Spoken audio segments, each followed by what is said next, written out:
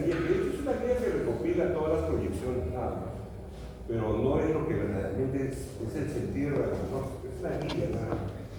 A veces los de agarran los hospitales dicen, uy, tú eres el de la guía, me dice un colega, ¿no? Sí, le digo, pero es un resumen de proyecciones, no es que sea la voluntad mía de que no, es más complejo, ¿no? Pero bueno, si tenemos una imagen de una rodilla, a ver, aquí, con sus cachos, los códigos culturales, sí. A ver, si una superficie articular se afecta y hay la presencia de un cachito, ¿sí?, llamado osteoclito, yo puedo decir que esa rodilla tiene una afectación o un pinzamiento unilateral, es decir, se refiere a una parte de ese todo, a una parte.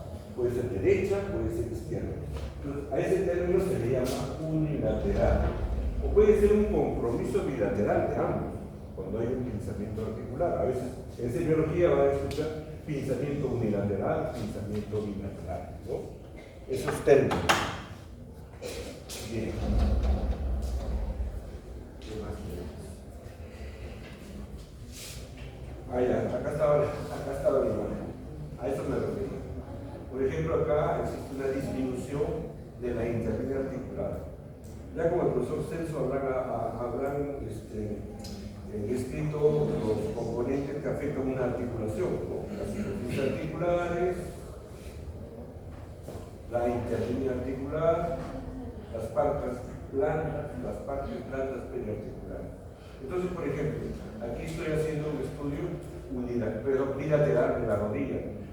Tanto la interlínea articular externa e interna lo estoy observando de la rodilla, de la rodilla. Pero, por ejemplo, aquí en el cráneo estoy haciendo un estudio unilateral de la mastoide, la mastoide derecha, y aquí la mastoide izquierda, una visión unilateral. Pero también la puedo hacer bilateral si hay otro método que se llama Breton, que me permite ver las mastoides de manera comparativa. Bien. Enlace de radiaciones. Enlace de radiaciones siempre va al centro del punto medio de la estructura que quiero proyectar, de manera vertical o de manera horizontal, ¿no? De manera vertical, si el paciente está echado, llega a vertical. Si el paciente está de pie, la radiación incide horizontalmente, pero también puede incidir de manera inclinada. Eso se llama angulación. Si la angulación está dirigida hacia los pies, se llama caudal. Si va dirigida hacia la cabeza, se llama cefálica. Por ejemplo, para la columna cervical, proyección frontal, la dirección de las radiaciones es cefálica. La pregunta es, ¿por qué? Es un momento no veremos. Todo tiene un porqué, un cómo y un para qué. Recuerden, nosotros no somos repetidores de lo que dicen los libros. Tiene que haber un fundamento científico.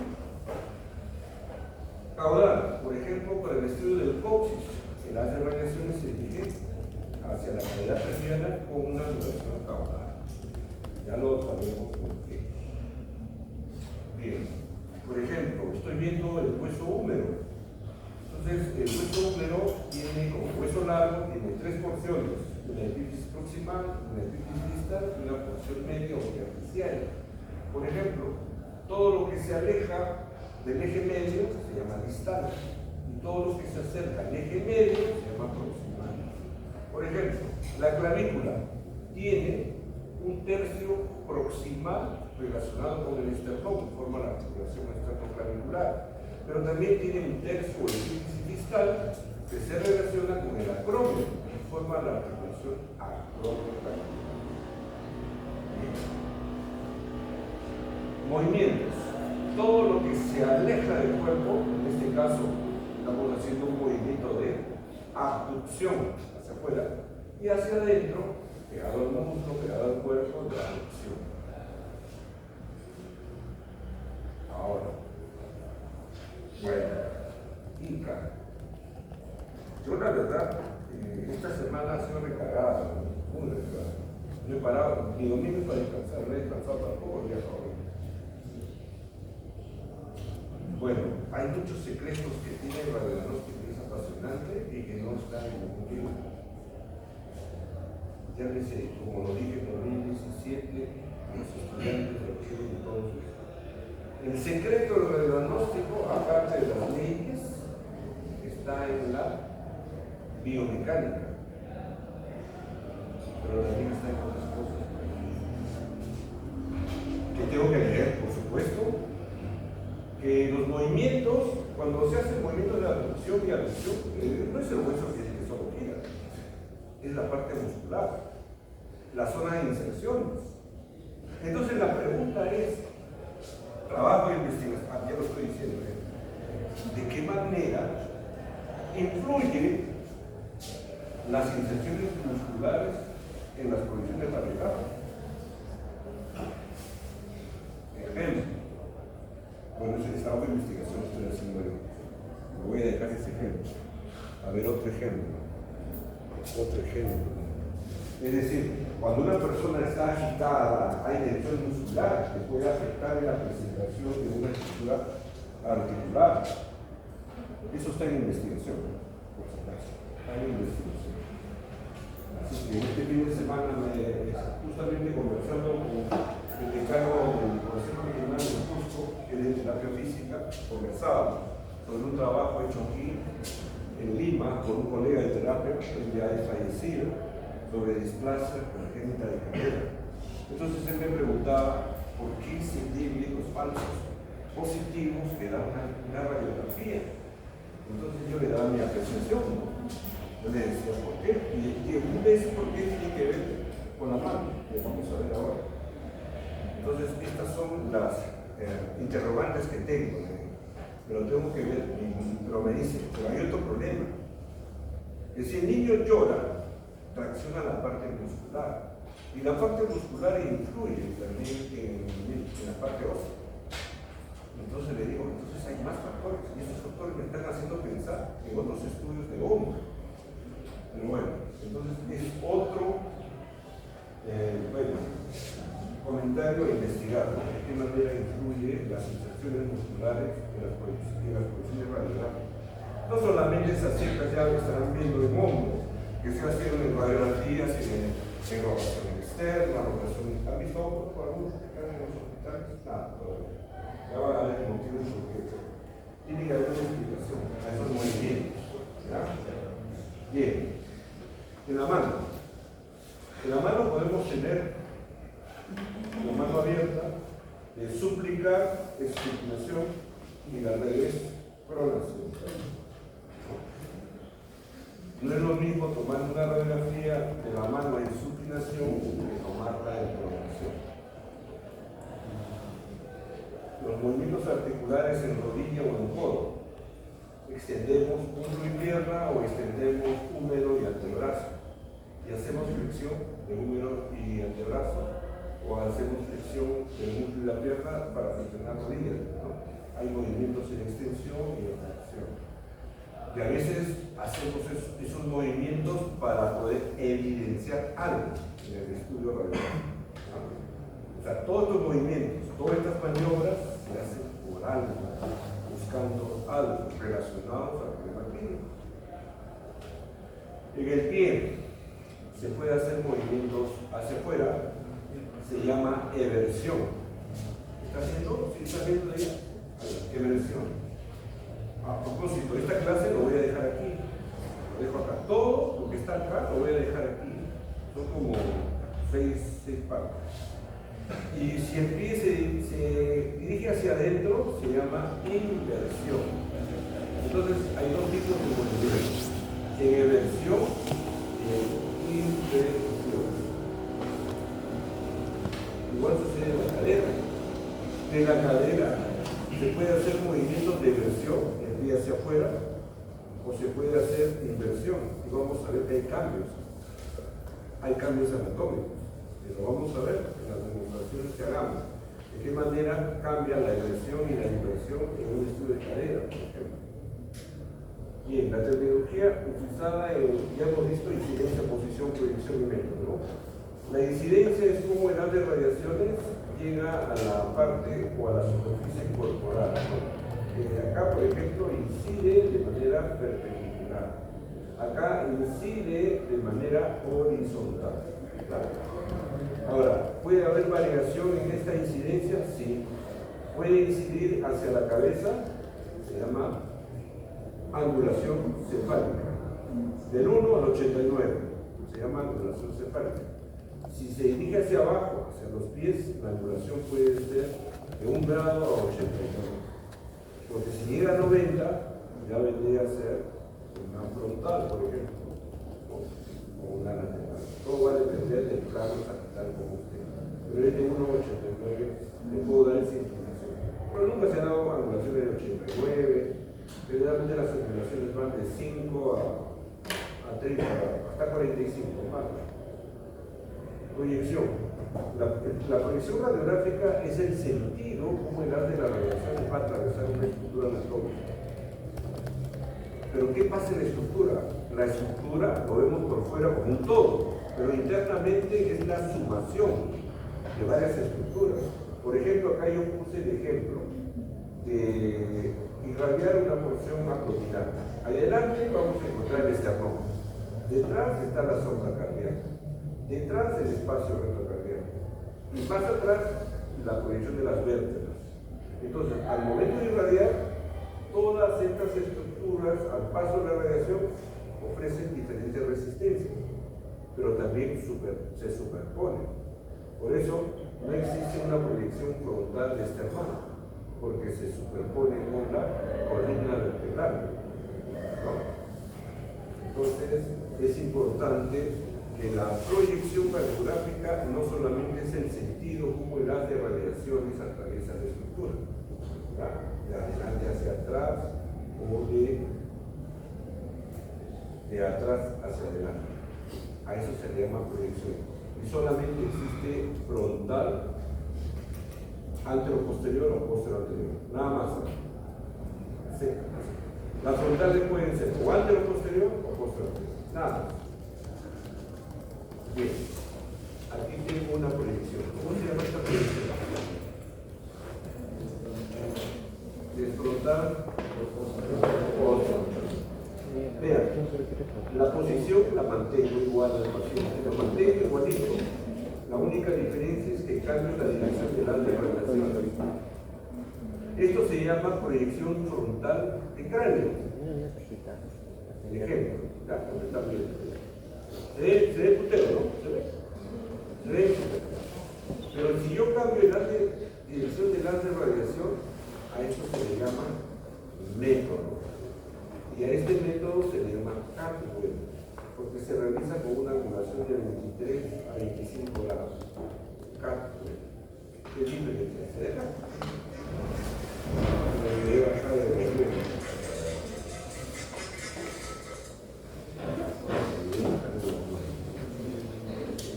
Por ejemplo, 25. En esta otra, voy a bajar el volumen.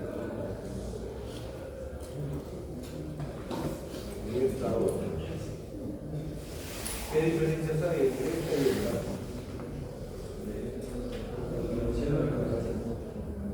¿Cómo se llama esto? En relación al esquema que he mostrado antes de llegar a esto. ¿Cómo se llama esto?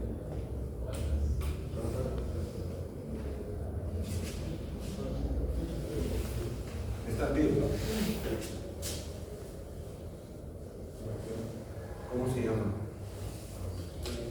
¿Cómo se llama esto? ¿Lo he mostrado?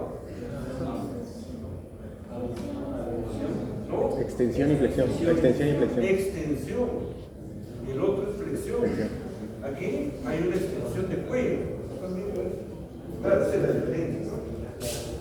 Pero aquí hay algo.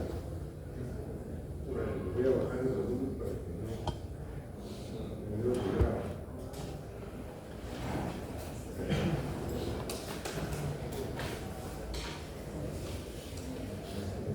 Entonces, acá tenemos si el haz de radiaciones se mantiene igual que este, se llama frontal de cráneo. Pero si se mantiene igual, pero se hace una extensión, el método cambia. El método se llama Bartlett. Bartlett se llama. Es decir, yo hago A este método de Batters yo le he cambiado la posición. Está extendiendo el cuello, ahí, para que me vean la carta del receptor. Se llama el método Batters. Pero yo he hecho una variante, he hecho una rotación y es el mío, no está en los libros. Es una unilateral de Batters, pero yo le he puesto el método dos marcos. Porque yo le podría poner mi nombre, pero no, ninguna proyección tiene mi nombre. El método es dos marcos en honor a mi hospital, dos primarios y marcos de la universidad. Ahora, a este método, vean, a esta extensión del cuello, uno le agrega que abra la boca. Se llama el método de Batters con boca abierta, así le llamo. Y tiene su aplicación. Cada uno de estos métodos persiguen algo diferente al original. ¿Verdad? Entonces, método de Batters, método de Mahoney, el método de Rosenberg, todos esos nombres los meten en la. Doctor, una consulta, ¿ya no seguiría haciendo esos métodos tipo de frontales o ya no? Ya no. Ya no. Frontal solamente es cuando, en el caso del tórax y el abdomen, el plano coronal está paralelo al receptor de imagen. Eso se llama frontal. Póstero anterior. El término póstero anterior, antero posterior, se le dice, si en una posición frontal, el haz de radiación es como una televisión, adelante hacia atrás o de atrás hacia adelante. No puede haber, por ejemplo, esto sería un estudio de mano o de antebrazo de frente, pero se llama antero posterior porque la radiación la atraviesa de adelante hacia atrás. Porque yo también podría cambiar la dirección de las radiaciones. Mantengo la posición, pero la cambio por acá. Y el receptor está acá. Esto ya se llamaría lateral. ¿No? O sea, acá hay antero posterior o posterior anterior, no hay otro. Si yo inclino aquí, sigue siendo antero posterior, pero la posición es oblicua. Hay que diferenciar proyección de posición. ¿Claro? Bien. Entonces ya sabemos lo que es el método. ¿Qué podemos hacer? Sí, se pueden hacer nuevos métodos, ¿sí?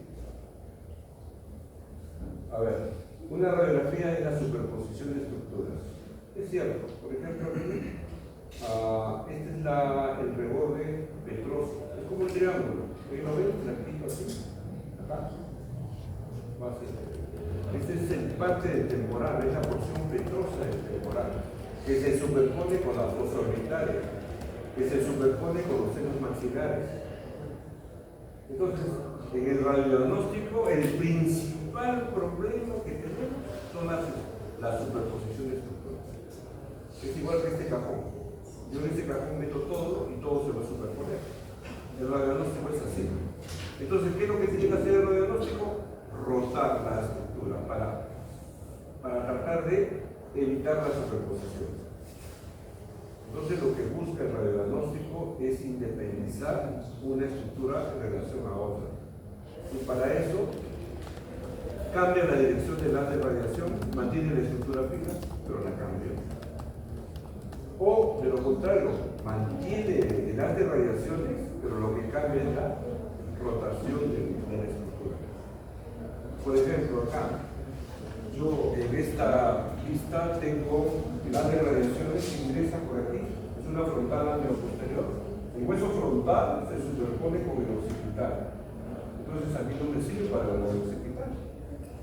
Por ejemplo, si yo cambio la posición, la pongo así, el frontal está por aquí, aquí sí voy a diferenciar el hueso occipital rotando la estructura, roto la estructura. Entonces hay formas en las cuales yo puedo independizar una estructura de otra cambiando la posición o manteniendo la posición fija pero cambiando la dirección de la radiación.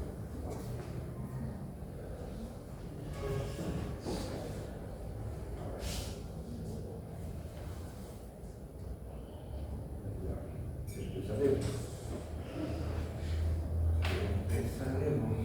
Procedimientos a seguir en una exposición radiográfica. Lo primero, cuando uno llega al ambiente radiodiagnóstico, es prender el equipo, conectar la corriente casera con el generador de rayos X, donde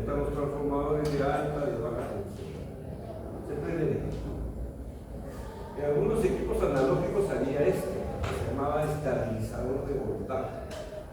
El estabilizador de voltaje nos permitía verificar que la entrada de la corriente casera era de 220 voltios. A veces estaba por encima, o a veces estaba por debajo. Entonces lo que hacíamos nosotros era alinearnos a esos 220. Pero ahora con los equipos digitales no hay estabilizadores. Aunque algunos ingenieros dicen no, que automáticamente se estabiliza el equipo. Bueno, tenemos que creerlo. Pero antes salía esto de los alumnos. Verificar el estado del equipo. Ver si efectivamente hay exposición. Cuando uno hace una exposición dentro del equipo, gira, hay algo que suena, y es el ánodo, está girando, el ánodo gira. Bueno, en el analógico teníamos que ver que la temperatura, 22 a 32 grados, esté en los líquidos en los reveladores. Pero ahora ya no hay el laboratorio radiográfico, ahora todo se hace digital.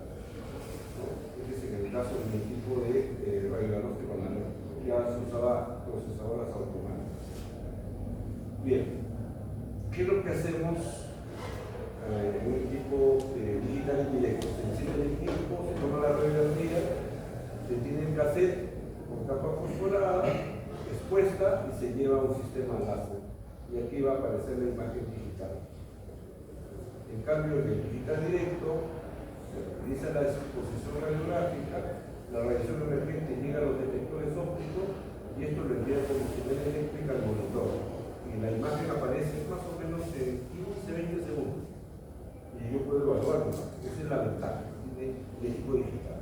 No que me dé contraste, que me dé los factores, sino que inmediatamente me permite evaluar factores instrumentales.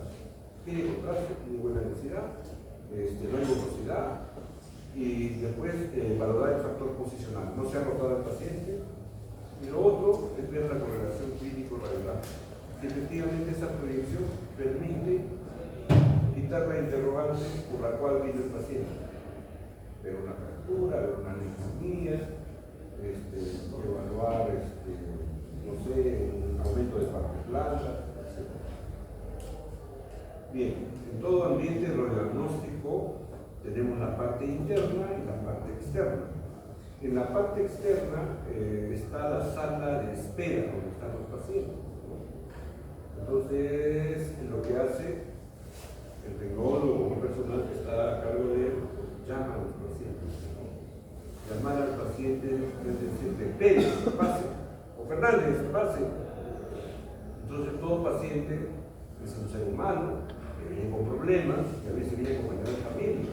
Entonces, hay que llamarlo con su nombre y apellido. En primer lugar, saludar, buen día, buenas tardes, y hacerlos pasar uno a uno. Uno a uno. O hay que pasarlos en 4, 5, 6. Pero más rápido avanzamos. Uno se viste, el otro sale, el otro se cambia. No sé. Todo depende, ¿no? ¿De qué? Si estoy apurado. ¿Ah? El tipo de examen. De actoras. ¿Saben qué?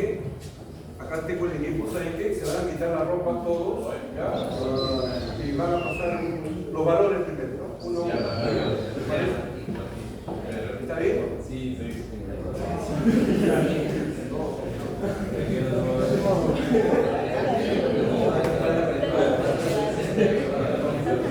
¿Cómo se llama esto?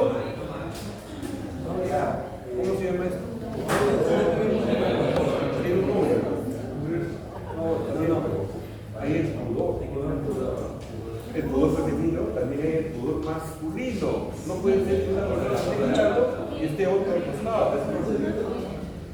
Entonces al paciente se le debe llamar uno a uno. Señor Pérez, muy buenos días. Adelante, pase. Al director se retira la mitad del cuerpo, se coloca o se queda con su polo, que no haya ningún artefacto, ¿no? Y después pasa. Mientras yo voy colocando el equipo, qué sé yo, ya señor Pérez, adelante. Se va a colocar así. Yo le puedo decir, señor Pérez, de repente viene con una tos de esas bárbaras, entonces a la distancia le digo, señor Pérez, va a hacer esto, nada más. Usted se va a pegar el pecho acá. Entonces después me alejo y el señor Pérez se acerca a lo que me ha hecho ahí. Y después yo me voy a acercar donde por detrás. Porque el señor Pérez puede toser. Me puede toser en la cara, así. Entonces si el señor Pérez va a toser para allá. Yo me voy a colocar detrás, lo voy a hacer después yo. ¿No? Entonces hay maneras en lo que es la bioseguridad para que se realiza los exámenes. En los casos de procesos que puedan conllevar a contagio, ¿no? Tenemos mascarillas para eso, por supuesto, guantes, una serie de elementos, ¿no? Bien. A veces hay pacientes que vienen en silla de ruedas, entonces tenemos que tener cuidado respectivo para poder movilizar a un paciente. Siempre a un paciente se le traslada, bueno, hay un capítulo de emergencia, casi al final, por supuesto, se le coloca soleras para pasarlo, para poder movilizarlo. Cuando estamos, se realiza apoyándolo a nivel de los centros articulares para mover a un paciente. Hombros, caderas, rodillas, eres seguro que agarrar en esos lugares, en los centros articulares, para pasar, digamos, a la vez, ¿no? Sobre todo con pacientes que tienen problemas vertebrales. Pero bueno, todo paciente que viene, hay dos formas: el que viene de consultorio y el otro que es de emergencia. Estamos viendo los de consultorio. Y eso puede pasar, aunque algunos vienen en silla de ruedas. A ellos hay que traerlos, hay que hacerlos con cuidado y tener toda la paciencia del mundo. Me decía el colega de justo, no es lo mismo atender a un neonato o a un niño de 3 años que atender a un adulto o a un anciano. Entonces uno tiene que tener tiempo, tiene que tener paciencia. Y como digo, no sé por qué, pero le caigo bien a los niños. Entonces yo entiendo el alma del niño, yo entiendo la preocupación del niño, entiendo lo que está pensando. Entonces a veces les digo a las mamás, esto es como su primera experiencia, les digo a la señora madre, para la próxima que usted venga de frente a radiología, no vaya usted al laboratorio, primero venga a radiología. ¿Qué pasa en el laboratorio? A veces hay pacientes que vienen, primero se van al laboratorio, después vienen a la radiología. ¿Qué pasa con el niño? Al niño ya ve la aguja, ya le hincó, ya lloró. Ahora va a venir a la radiología y viene una cosa oscura, peor. Ya yo al niño yo sí me lo jalo porque el niño a veces de 4 para adelante ya es aquel que está instalado, el que descubre el niño. Y tú le dices, ¿sabes qué? Ven, este papá, ven, vamos a jugar, ven, ayúdame. Asume este botón, vas a ver lo que va a pasar. Vamos a jugar al sub y baja, comienza a moverse el equipo. Y él, uy, qué fácil mover todo, y comienza a jugar. Y entonces lo ganamos.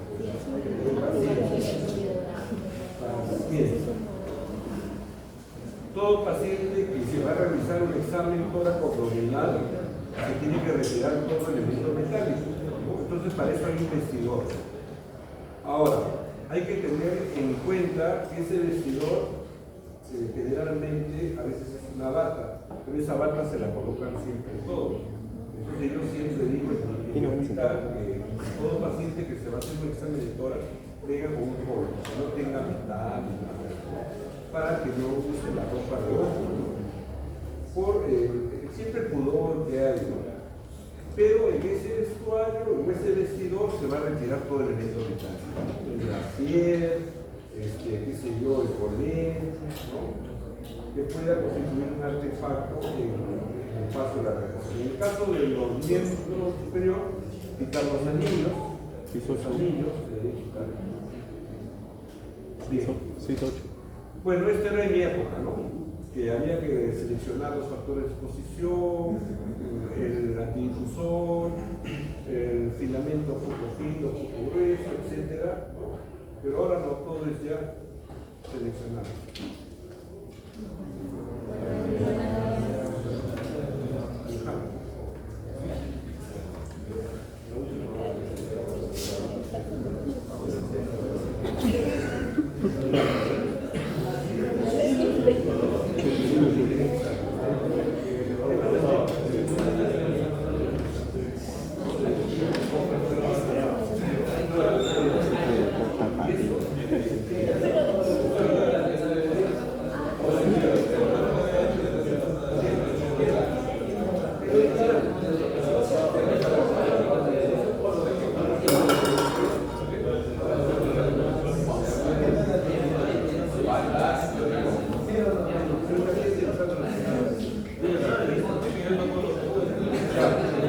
Bien, lo otro era escoger el formato. Generalmente en el analógico usábamos el formato, generalmente el máximo que teníamos era el 18x24 para un estudio de muñeca, por ejemplo, un estudio de balance de por ejemplo, utilizamos un 24x30 para el estudio del cráneo, un 14x14, 14x17 para el estudio del... Eso ya pasó. Ahora tenemos detectores ópticos y ustedes en función del campo de radiación se va a irradiar, ya no necesitan escoger un formato. Salvo el indirecto. El indirecto sí también tiene formato. Hay el más grande que es el 14x17 y el más chico, en el digital indirecto, creo que es el 4x30. Esto era importante para nosotros, en el analógico. Si yo iba a utilizar el antidifusor, era importante relacionar el centro del tubo radiógeno con la parte media de la mesa. ¿Por qué? ¿Por qué se tenía que hacer eso? Porque debajo de la mesa radiográfica estaba el antidifusor. ¿Qué es el antidifusor? El antidifusor, o Buki, me olvidé decir, el antidifusor se presenta en tiene dos presentaciones. Una fija, se llama parrilla, o Buki, Buki no se le llama, parrilla, o rejilla, no tiene movimiento. En cambio el otro sí tiene movimiento. Al momento de realizar una exposición hace un movimiento interno. Eso se llama Buki, en honor al que lo descubrió, Potter Buki. Bien. ¿Por qué se tenía que alinear? Porque el gas de radiaciones es divergente. Entonces, el antidifusor también es un conjunto de láminas que no son paralelas, sino que se van inclinando así, en relación a la divergencia del gas de radiación. ¿Ya? Entonces, por eso se había que centrar, ¿ya? El tubo de rayos X con la línea media del receptor. ¿Ya? Y eso pienso yo que se tiene que seguir realizando, porque debajo de la mesa está el antidifusor. En el caso del digital está la grilla. ¿Ya? Bien. Luego, si se cuenta con la colaboración del paciente, se le hace adoptar la posición deseada. No, eso sí. Señor, tome aire, no se mueva, o de lo contrario, después de realizar la exposición, ya señor puede respirar. Porque a veces el paciente dice, uy, ¿qué pasó? Es que estaba aguantando el aire. Pues nunca se olvide, el tórax le puede decirle, señor, puede respirar. Porque a veces se queda contenido, no de avisar. ¿Cómo se llama? Bueno, el paciente con separado, ¿cómo se llama? luego se coloca el formato chasis escogido, generalmente es para hallar el factor de kilovoltaje. Como yo les voy a ir viendo en las clases, les voy dando todos los factores, ¿verdad? Les voy a ir dando. Hay un aparato, vean, se llama espesómetro. Permitía medir el espesor de la estructura que sigue radiando. En los equipos que están ustedes, no hay espesómetro. Apuesto que no hay, no existe prácticamente. El espesómetro lo usamos en el analógico. Pero hay espesómetros, lo venden en los mercados. En una exposición que hice en el 2015, creo que en Huancayo. Yo le digo, sí, me he comprado hace poquito, me ha costado 50 céntimos. Entonces, ¿sabe? Era medir, por ejemplo, ese paciente medía 20 centímetros de espesor. Allá en el cabé era así. Se doblaba el espesor o se multiplicaba por 2, 20 por 2, 40. Y una constante que yo le daba era 30. 40 más 30 igual a 70. Ese paciente necesitaba 70 kilogramos. Pero ahora ya no tengo espesor. Un trabajo de investigación tiene el enfoque cuantitativo, cualitativo o mixto. En su momento van a saber ustedes cómo se diferencia eso. Pero el cuantitativo tiene que ver con la obtención de datos numéricos que van a contrastar mi trabajo de investigación. Por ejemplo, ya les dije, ¿no? En relación al tiempo respiratorio, evaluar la inspiración en pacientes pícnicos u obesos. Voy a hacer un trabajo con 100 pacientes. Paciente 1, paciente 2, 3, 4. Me van a dar datos médicos para evaluar cómo valoro la inspiración de esos pacientes.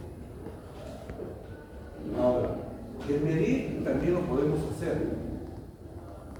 ¿Han visto ustedes lo que usa el sastre? Usa un centímetro, ¿no? Yo agarro mi centímetro y mido. Ese que medía 20 ya no va a medir 20, medirá 8, pero es un número. Y el que viene medirá 10, y el otro medirá 6, son números que nos hacen diferentes. Lo que va a cambiar es la constante, pero la constante lo voy a poner todo. ¿Ya? Entonces los números se pueden obtener, por si acaso. No es imposible.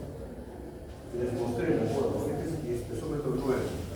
Cuesta 50 céntimos. Lo he comprado en el mercado de aquí de Huancayo. Bueno, antes de la exposición se le indica al paciente el modo de respirar. Tome aire, inspire, o bote el aire, expire, si fuera necesario. Luego se le avisa al paciente que siga respirando. Bien, empezamos. El estudio de la reacción de las manos.